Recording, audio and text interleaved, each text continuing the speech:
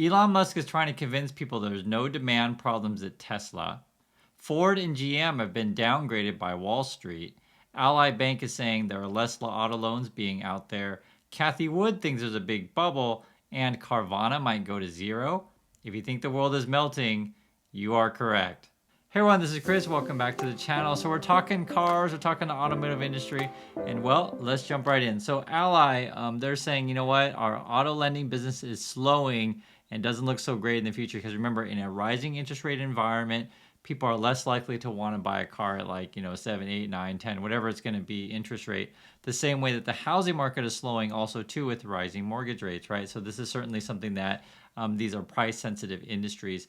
And it's actually quite interesting. Kathy Wood is a bit concerned as well about auto loans and bad debt, which is something that allies also are concerned about. And as you guys know, I think unemployment is going to go up, maybe 5 to 10%. I can't tell you exactly where it's going to go, but I do believe it's going to go up at least to 5, something like that. And one of the things that Kathy Wood has been saying, and I'm not usually quoting Kathy Wood all day, every day, but I think it's a valid point, is saying that people aren't going to pay their car loans. I think that's quite interesting. And the basic case that she makes is like, people are going to just use Uber instead because we didn't have Uber before. And then basically just, not pay your car loan and preference your house above that. So I think that's a pretty interesting point of view. Love to guys hear your thoughts.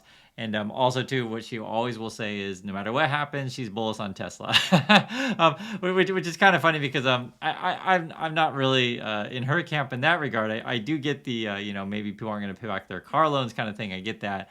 But whether or not that's good for Tesla, I don't really make the connection there. But you can see here Wall Street's worried about demand. So this affect any kind of car company, GM, Ford. They both got downgrades. Also, too, you notice the Chinese stocks have really taken a hit as well in terms of EVs. In the U.S., I mean, I can see this here. It says a light vehicle demand or light vehicle sales expected to stagnate. And then that everyone was saying, oh, we're all at home. We got this pent-up demand that we really want to buy a new car. It's quickly disappearing. Interest rates do that to people. And there's this other interesting thing as well, which I didn't realize it. Like, what the heck? Carvana's down 94% on the year. So if you are short Carvana, you're happy. If you're long Carvana, maybe not so much. And this could go to zero. This would be a situation, and I was thinking about this. If, say, you're in the used car market and you were, wheeling and dealing cars, and just imagine if you had, and it's kind of similar to Zillow, if you, in Zillow's case, bought a whole bunch of houses that were overpriced, and then suddenly you couldn't, sell them for what you bought them for at least, and you have to take a loss. And be similar with cars because like the used car market spiked up like crazy, and if you were wheeling and dealing and buying way too many of these things, and now you got this massive inventory that you can't sell.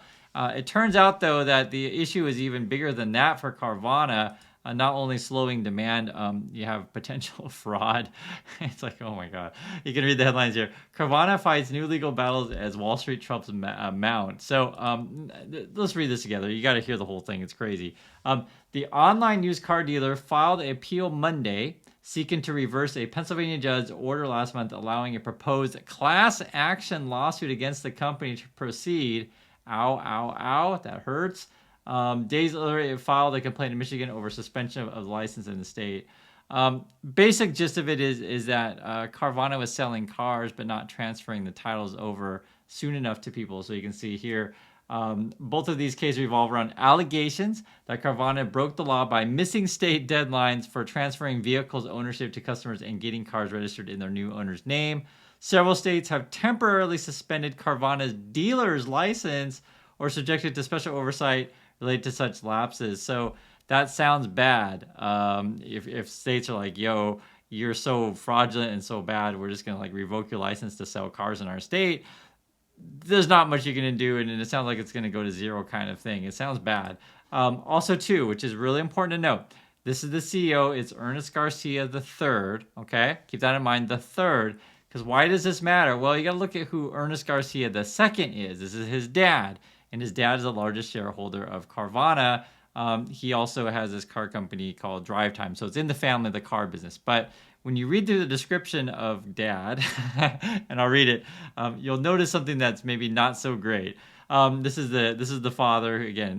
The son is the CEO, but the father is the shareholder, essentially owner. And we'll read it together.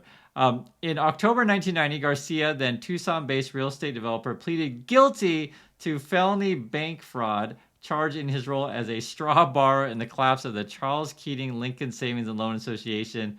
Garcia fraudulently obtained a $30 million line of credit in a series of transactions that helped Lincoln hide his ownership in a risky desert or Arizona land from regulators. So he has been charged with fraud before. Here's another thing. This is also, again, the father. In 1991, Garcia bought Ugly Duckling, a bankrupt rent-a-car franchise for under $1 million, and merged it with his own fledgling finance company and turned it into a company selling and financing cars for subprime buyers with poor credit history. Garcia took the company public at NASDAQ, etc.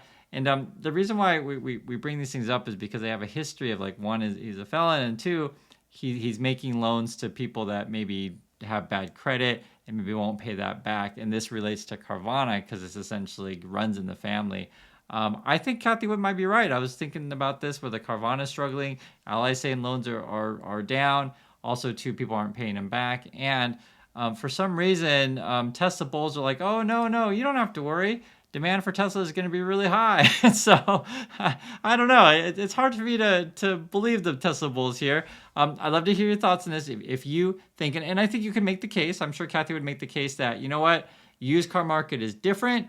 Everyone wants to buy EV, and therefore used car market is crashing. I think this would be the argument for Tesla. Used car markets are crashing because no one wants those used cars anymore. Everyone just wants to buy the expensive Tesla. I don't know. I mean, I think when Ally says that auto loans are slowing, I think it means Tesla too, or at least would relate to Tesla. Like I said, I'd like to hear your opinion on. That's just sort of my feeling on this. And the other thing is too is, like, I'm thinking to myself, okay, going into an inflationary environment where Americans feel like everything costs too much money and, in fact, want to get a second job to pay for stuff. I mean, are people going to be buying a Tesla? I don't know. It doesn't. I just don't see it. I also think Tesla is valued a little bit high, maybe way too high, however you want to say it. I say that all the time on this channel, but I know the bulls that just think I'm an idiot, and they know Tesla's gonna 3x, 4x, 5x, etc. You got to watch a video I made on market psychology and look at the Tesla pumpers, how it works. But putting all this stuff together, you essentially have a situation where demand is slowing, I believe, and interest rates are rising. The other thing too, what I would make the case is that people don't need cars as much anymore because, one, they're working from home, right? Two, if you live in a big city, you can just get an Uber wherever you need to go. And three, even if they are going to buy a car, would they really want to buy an overpriced Tesla going into recession? So that's sort of my thoughts on this. Love to hear your thoughts as well. So thanks for listening, and I'll catch you next video.